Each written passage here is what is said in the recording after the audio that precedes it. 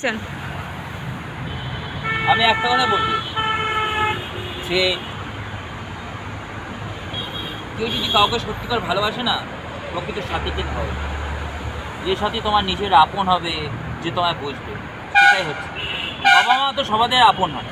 বাবা মার পর কেউ যদি আপনে থাকে, সে তোমার মনের সাথী, আত্মার সাথী, রক্তের সাথী, যৌবনের সাথী, যৌনাঙ্গের সাথী। সে হচ্ছে প্রকৃত সাথী, যে তোমার আপন। আমার কাছে যে সত্যিকারে আপন, সে হচ্ছে পূজারিনী। সব সময় সে পূজারিনী হয়ে থাকবে। সে প্রকৃতির কাছে কি, that's not the matter for me, but the matter is that I have create Pujarini, I have made পূজারিনী।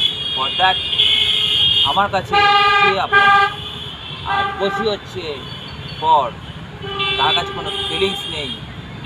ফলে মানুষকে একটা কথা বলবো, যদি কাউকে ভালোবাসো, যদি কাউকে কাউকে যদি ভালোবাসো, তাহলে অর্থ দিয়ে নয়, স্ট্যাটাস দিয়ে নয়, সম্পত্তি দিয়ে নয়, শুধু বুঝবে তার প্রকৃত মন।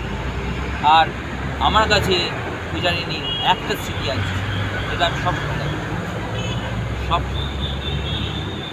সবসময় রাখি পূজারিনী।